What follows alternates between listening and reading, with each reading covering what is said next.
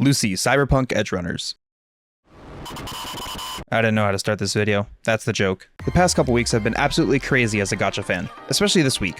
Clarion comes out on Tuesday for all you John Wick fans out there. Holy shit, is that a John Wick reference? Or maybe just the Americans. This happens to be the same day the final shape launches. All hail our Lord and Savior Luke Smith. Oh boy, I can't wait to be crushed by a meatball again. Next up we have Yinlin, who's coming an entire week early. Now we can be tied up by 4 women instead of 3. Firefly is also in a couple weeks. You know, I guess Shinji and I both have something in common. The only difference is Shinji has to get into the robot, whereas I want to screw it. I also didn't do it in a hospital. ZZZ is releasing on the 4th of July, which is a massive mistake considering that's day 1 of Anime Expo. Unless they wanted people to play while being packed like sardines in the LA summer heat. Maybe the Fire Marshal's orders are more like Fire Marshal's suggestions. What isn't a suggestion is that Lantern is finally here and packs more artillery than the United States military in World War II. Lantern is the newest addition to Honkai Impact 3rd, to finally give viable fire damage if you skipped out on Fuhua, which is a mistake we can forgive, and have been relying on Corley for all your fire damage needs. My name is Jayniro, and today I'll be your Pepega Honkai guide on how to build and play Lantern so you can cry to I really want to stay at your house just like everyone else.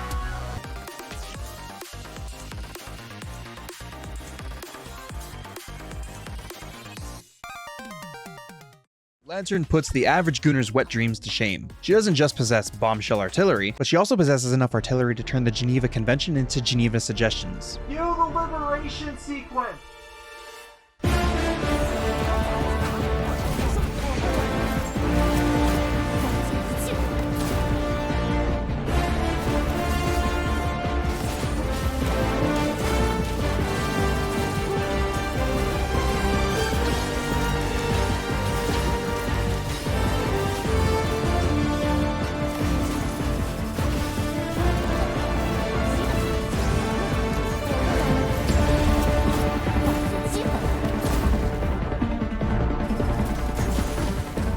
Lantern's own personal arsenal contains 3 different weapons that you can swap between to help you fantasize about your life in a parallel universe. A pair of crossbows straight out of The Witcher, and a fucking shotgun and SMG. Come on everyone, let's go liberate Mars! Each of these weapons generates blast energy, which is what Lantern's gameplay revolves around. Swapping between weapons frequently grants firepower rotation, which stacks up to 3 times. Remember, switching to your pistol's always faster than reloading. Yeah, okay buddy, but not as fast as switching to a giant fucking rocket launcher. At full blast energy, Lantern pulls out the BFG 9000 to splatter enemies across the ceiling. That's short for big fucking gun for all the zoomers in the back. She's gonna be giving Doomslayer a run for his money at this point, but not as much as Lee PGR. When Naruko switches weapons, she creates a Vestige that casts the next sequence of the last firearm's basic attack.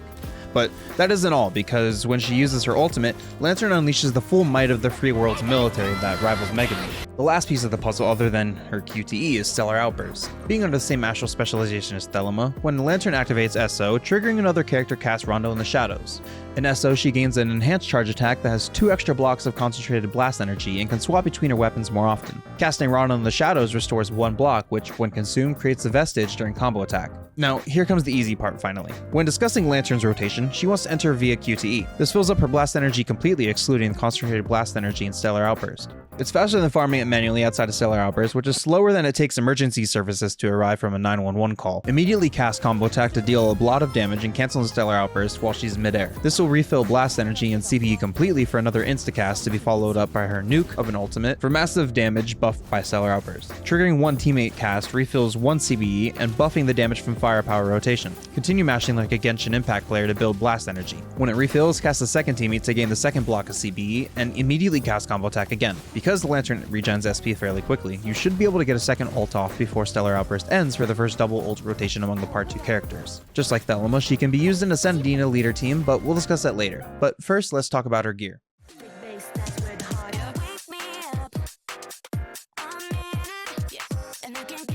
If you wanted to feel an ounce of love at some point in your life, then gacha games aren't for you. But if you enjoy self-deprecation and losing all your money to pixels, then you're in the right place. I mean, just look at Lantern's eyes. Them shits be more dead than an engineering student in the final years of their major. My source is that I made it the fuck up. Except I am the source. Lantern sees her greatest feats being accomplished with her signature weapon. It ties in directly with granting her more fire damage, blast energy, making enemies take more fire damage, giving total damage during Stellar Outburst, auto evasions, team-wide elemental damage and physical damage, and gaining more initial SP. I swear I'm reading a fucking Wikipedia page at this point. Needless to say, it's busted and a must-pull to complete her. In a single solo rotation with signature weapon, she deals 28 million damage, with Helia's weapon 21 million damage, and Foundry weapon 19 million damage. Just a little more incentive to further dig your own hole. Her signature set is farmable, but you can use some of these alternatives here while farming it out if you have them as a veteran player, via Vilvi or Hovi. Meanwhile, her signature set is Mega Stonks.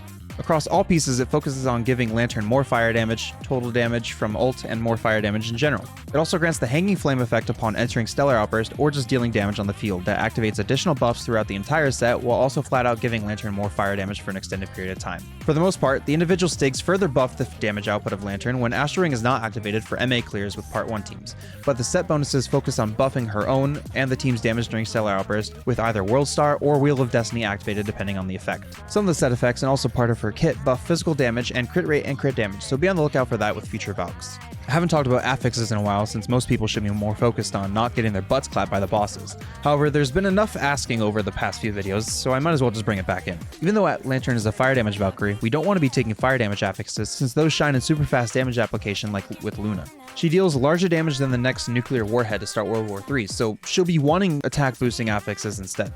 Aim for side type and crossbow affixes. She hasn't needed any SP regen lines since she already regens SP very quickly on her own. But up next, we're going to be talking about how to take full use of all these buffs.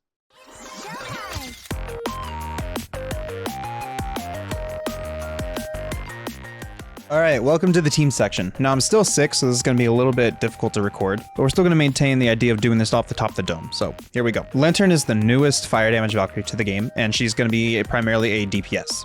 Seeing as how she functions, she wants to be primarily around Part 2 characters. You can do a little bit of some Part 1 characters, but not much. She wants to mainly focus on Part 2 characters. So our first go-to team that we're going to actually talk about is a setup among the 3 S-rank Valkyries that we've gotten over the past 3 patches. Lantern, Senadina, and Thelema. Senadina is the glue that sticks this team together. Thelema doesn't really do much for the team. She's just there to proc Time Frozen Domain and reduce Lantern's cooldown timer. Lantern shines in this team, and Thelema's other main use is to further act as a extended Rondo in the Shadows vestige. This team is going to grant Lantern her maximum damage in most situations, but if you don't have this team, it's not much to fret about since Thelema is more than likely going to be replaced by a future Valkyrie, more than likely a physical one. Another team we can talk about is replacing Thelema with Corley. Corley will further benefit from the fire damage boosting, but doesn't necessarily really aid much into reducing Lantern's cooldown. She can deal her own fair share of damage, but this is primarily in mob-focused stages depending on the content. The next team Lantern will be featured in will be a team where Senadina is the lead. This is due to the fact that Lantern has World Star attributes in her kit among her Astral Ring and her passive, which further boosts Senadina's damage and provides more aid to this World Star focused team. Now, if you don't have Senadina at all, you're kind of SOL. Senadina has been the glue that sticks all these Part 2 characters together. We might see that change in the future, we don't know, but you're kind of SOL and stuck with running Part 1 teams which aren't as very effective. Pretty much the only Part 1 team that's worth mentioning for Lantern is Chrono Navi and Herrscher Truth. This is because Lantern does have an aspect of her kit which talks about Astral Ring not being activated, which means a Part 1 character is in the lead slot. Now, if we're talking about characters that can function as supports for Lantern, seeing as she's a fire damage DPS, we're going to stick with the main supports that we talked about with Fuhua FOV, being, of course, Aichan and Herrscher Truth Bronya. This is because Bronya has a lot of elemental damage bonus in her kit for the entire team, alongside of having elemental breach, and Aichan actually procs Ignite very quickly and fairly often as well, while having a lot of fire damage and total damage boosting in her kit on top of it, further aiding Lantern. But not as much as Part 2 teams will be aiding her. It'll be a lot more difficult because Lantern will have to be on the field longer, having to farm up her blast energy on her own, and won't be able to proc her QTE very often, nor be able to utilize Rondo in the Shadows since the team will be utilizing Elves instead of Astral Rings. Now let's go ahead and move on to the final part of this.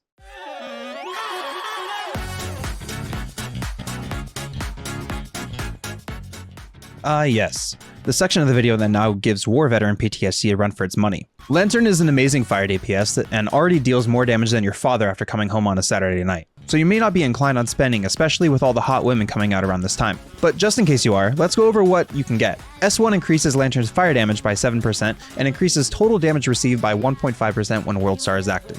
S2 makes her rocket launcher now have cluster bombs that deal 75% of her attack 8 times over, turning a normal nuke now into a massive carpet bombing. S3 is an increase to her leader skill, which isn't all that focus worthy. Double S0 though is absolutely huge. Lantern's combo attack deals 20% more total damage, and her teammates deal 10% more total damage with Fire Shower active, meaning now it's possible to make the Atom Smasher fight look like a total daycare simulator. Double S1 pretty much increases Wheel of Destiny characters' total damage by a few percent in both Astral Ring states. S2 increases Lantern's total damage by 6% when she casts QTE or firepower rotation. A buff that's nice, but not really totally necessary on paper. S3 is the second leader skill increase, and S makes it so she can trigger evasion skill from non-ultimate evasions on the ground, so you don't need to worry about your skill issue. It also increases her fire damage by an additional 9% from Crackshot. To put things into perspective for the Heart of Hearing, her weapon is invaluable. S0 though is absolutely huge, but still pales in comparison to her weapon at base. That being said, gotta save money for the next Dominatrix coming out soon in Weathering Waves. In the meantime though, you have now been initiated into Cyberpunk Edgerunners like I have been into Mechanical Engineering. Now if you guys don't mind, I got 7 different gotchas to go play through and an entire Destiny campaign finale to go through as well, which I'll be playing over on twitch.tv/Jayniro. So if you guys want to come through, I'll see you guys over there. With that being said, I'll see you guys in the next one. Jane.